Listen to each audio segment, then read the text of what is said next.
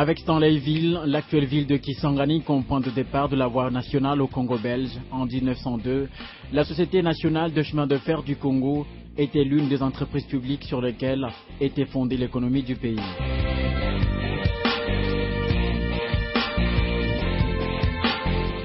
Mais dans un climat politique instable, vers les années 90, l'entreprise commence à descendre aux enfers, une situation due aussi d'une part au nombre pléthorique du personnel et la vétusté des matériels.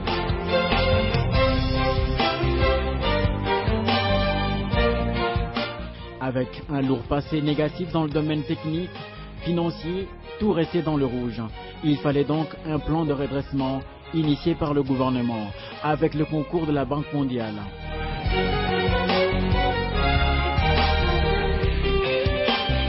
La stabilisation des activités et la relance a commencé à partir du moment où les premiers décaissements sont intervenus vers la fin de l'année 2011. La période avant cette date a servi à éviter l'arrêt des activités et à optimiser la marche de l'entreprise grâce à la gestion des ressources existantes dans la société, à réaliser un diagnostic approfondi de la situation opérationnelle, technique, humaine, sociale, juridique et financière de la société, à monter le plan quinquennal de redressement de la SNCC et à faire valider par le gouvernement à mobiliser les ressources financières auprès de la Banque africaine de développement de 12,8 millions de dollars américains pour faire face aux conséquences de la crise financière internationale en 2009 et 2010 et auprès de la Banque mondiale. À mettre en œuvre la première phase du plan social de la SNCC grâce au paiement de près de 30 millions de dollars qui a conduit à la mise à la retraite d'environ 2200 agents.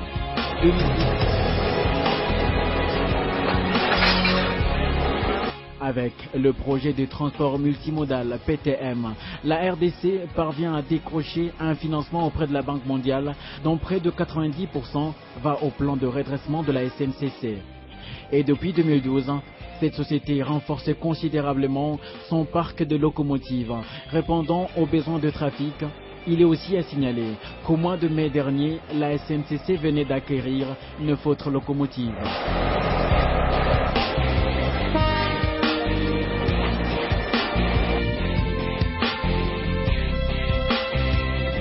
Des nouvelles locomotives, dont 2 achetées par le gouvernement, qui ont permis de relancer l'exploitation ferroviaire d'une manière efficace, ayant comme conséquence la baisse du temps de parcours, l'amélioration du délai d'acheminement des marchandises et la fluidité de trafic. Il faut tout faire pour élever cette entreprise. Pour le moment, le chef de l'État tient à ce que les entreprises comme la SNCC soient relancées et tout le dispositif est mis en œuvre pour que la relance soit effective.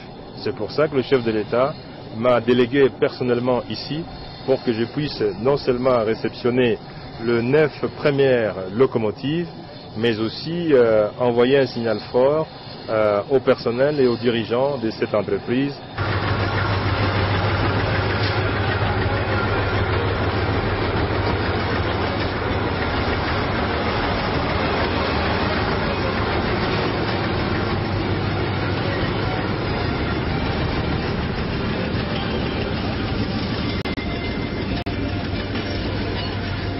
Un nouveau comité de gestion avec une nouvelle compétence, un nouveau plan de gouvernance devrait donc gérer cette entreprise pour la relance effective, avec des objectifs bien définis. La priorité est de relancer l'activité.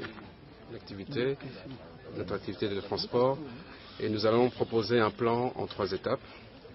La première étape étant la relance, donc les urgences, avec des priorités. La deuxième étant la consolidation du travail, et puis le renouvellement des différentes installations au fur et à mesure. Et cette relance de l'activité nécessite un certain nombre de besoins qui seront exprimés et qui seront évalués, en espérant avoir des décisions très rapides. Et par la suite, c'est cette production-là qui pourra faire face progressivement à nos dépenses d'exploitation, en ce compris les salaires et les autres avantages liés à la prestation des travailleurs. Donc voilà ce que je peux donner comme espoir. Donc comme un message, c'est un message d'espoir, un message de relance de l'activité sur cet axe qui est important.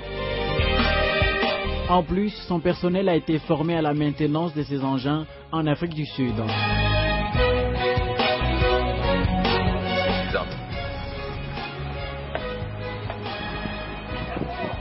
C'est OK? OK, d'accord. Refermez le bac. On referme le bac après la vérification du niveau de l'électrolyte dans les batteries.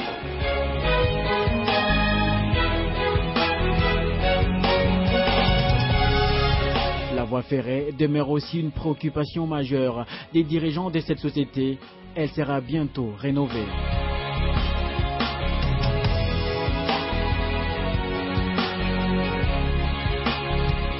En plus d'une commande préliminaire des traverses pour réhabiliter une partie, la SNCC, grâce à l'effort du gouvernement ainsi que de la Banque mondiale, vient de se doter d'une usine de fabrication des traverses en béton armé bibloc qui pourra permettre d'améliorer la vitesse au convoi et assurer une grande sécurité. Autre grande réalisation, c'est la réhabilitation des barges de capacité d'au moins 375 tonnes. Il s'agit des barges Lufaya et Lumpibwe, sur financement du gouvernement de la RDC, grâce à quoi la SNCC pourra à nouveau desservir le bief moyen entre Kindu et Ubundu.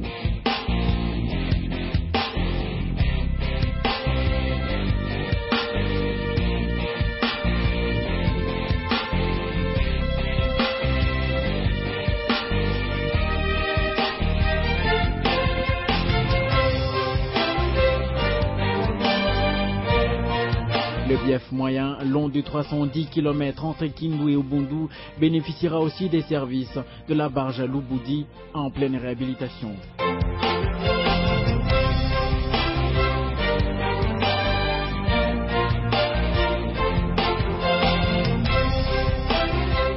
C'est une barge mixte, voyageurs-marchandises. Ça sera d'un grand soulagement pour la population du Maniema, qui aura désormais une unité appropriée pour le transport des personnes sur le bief moyen.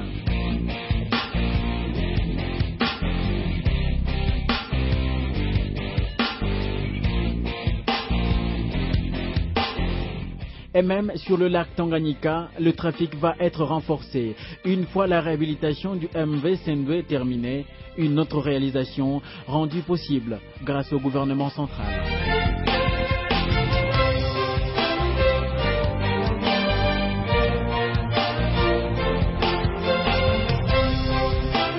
Des actions auxquelles l'entreprise veut associer les populations riveraines de la voie ferrée.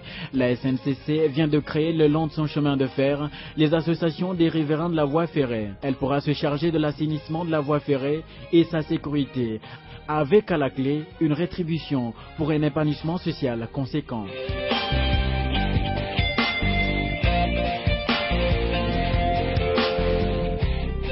Association Angola Mayani nalima mifereji naangusha miti.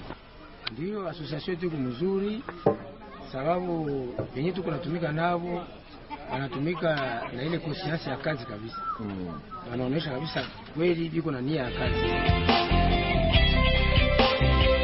Pour une bonne exploitation ferroviaire, la SNCC vient d'acquérir 17 groupes électrogènes de 1000 kVA et 50 kVA pour éclairer les gares, sécuriser les biens des clients et assurer un fonctionnement optimal des ateliers.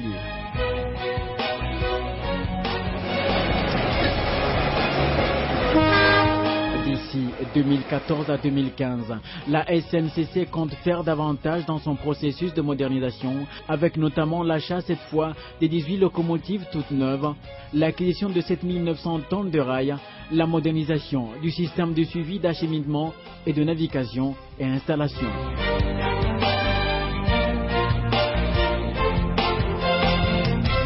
La SNCC dispose également d'un programme social en faveur des pensionnés qui bénéficient des allocations uniques de retraite pour leur insertion sociale. Cette opération est à sa 3e phase. Avec cette province qu'elle dessert, la SNCC s'illustre comme un véritable catalyseur pour la réduction de la pauvreté, car avec la reprise de ses activités, le prix des biens de première nécessité ont significativement baissé, un instrument de cohésion nationale. Watoto wanaisha juu miindi kwa inakuya saa yote juu biko banapanda miindi kule kwenye chakula iko inatoka biko banapanda chakula aisikelewe me ile ingine vitu yote chumvi sukari sima inashuka bei. Tunashukuru sana kwa mashine leo tunakuja mbele mkono wewe pikia mbele. Nous étions avec 70 locomotives, maintenant il nous restait 12, 15 maximum. Donc pour une étendue comme la nôtre de 3600 km, on ne sait pas couvrir tous les réseaux avec ce nombre de locomotives. Donc déjà, le nombre de trains à former devient très rare. Et à ce moment-là, les gens qui ont besoin du train, ils ne peuvent que se plaindre, puisque le train devient inexistant. C'est tout ça que vous devez avoir vu dans l'Internet et tout ça, c'est comme ça. C'est ainsi que ça arrivait, quelqu'un vous confie la marchandise ici, ça fait 3 mois, elle ne passe pas, puisque la locomotive est ailleurs, tout ça. Le temps qu'elle vienne chercher ceci, le temps est passé et les clients se plaignent. Maintenant, c'est en train de s'améliorer, comme le gouvernement nous a prêté main forte.